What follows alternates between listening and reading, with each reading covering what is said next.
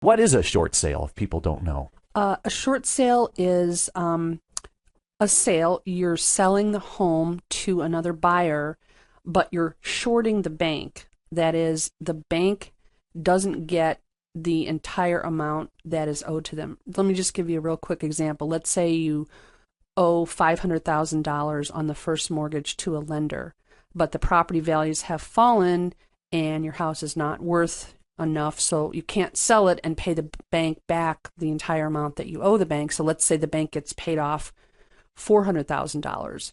So there's $100,000 that they are missing or shorted. That is a short sale. They have to give you permission to agree to accept less than they're owed. That's basically what a short sale is. Well, now my thinking on that is there's so much involved here. If I bought a house and I say I paid 500, have a $500,000 loan on it, and the house is worth 400 or 300, let's say 400 just for the sake of argument today. Okay. And I need to move and I need to sell it. I can't afford to make this mortgage payment on this house anymore because my job's changed or something, whatever the reason is.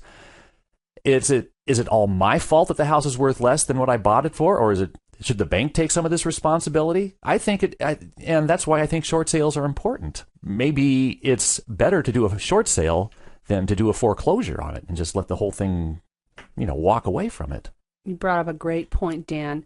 Absolutely. In most cases, it's actually in the bank's best interest to do a short sale versus a foreclosure. I've had tons of clients call me and say, I can't believe this would work. Why would the bank forgive a portion of my loan? Well, what they don't understand is that the foreclosure process is lengthy and it's very expensive. They generally have to hire an attorney, and that's all kinds of legal fees. By the time they get to the courthouse auction, the property values may have dropped further, and they generally will end up losing money or making less money as recovery to them if they do a foreclosure versus a short sale.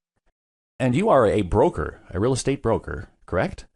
Yes, I am. And you specialize in short sales.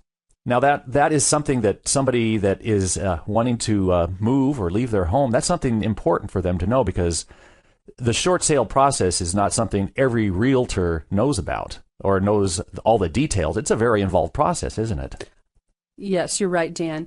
Nationally, the average is about, if a property is listed, it's about a 15 to a 25% closure rate. I have a closure rate over 90%. In other words, when I list a property, I pull out all the stops and work my fingers to the bone to make sure it closes, and I've been successful over 90% of the time. Okay, well, if I want to do a short sale, I'm not sure how this all works. Do I pay commissions? Does it cost me money? What happens with a short sale? Do I pay the same real estate commissions when the house sells? That's a great question, too. Generally, a short sale doesn't cost you as the owner nothing. It costs you absolutely nothing. Any commissions are paid by the short sale lender, and any costs of the sale, with any sale, you're always going to have title charges, escrow fees. Those are also paid by the short sale lender. So the clients I've worked with have never had to pay a dime. Why don't we give them a way to contact you? Sure. My business phone number is 909-972-0041, or my email is docrealtor, REALTOR 45 @gmail.com.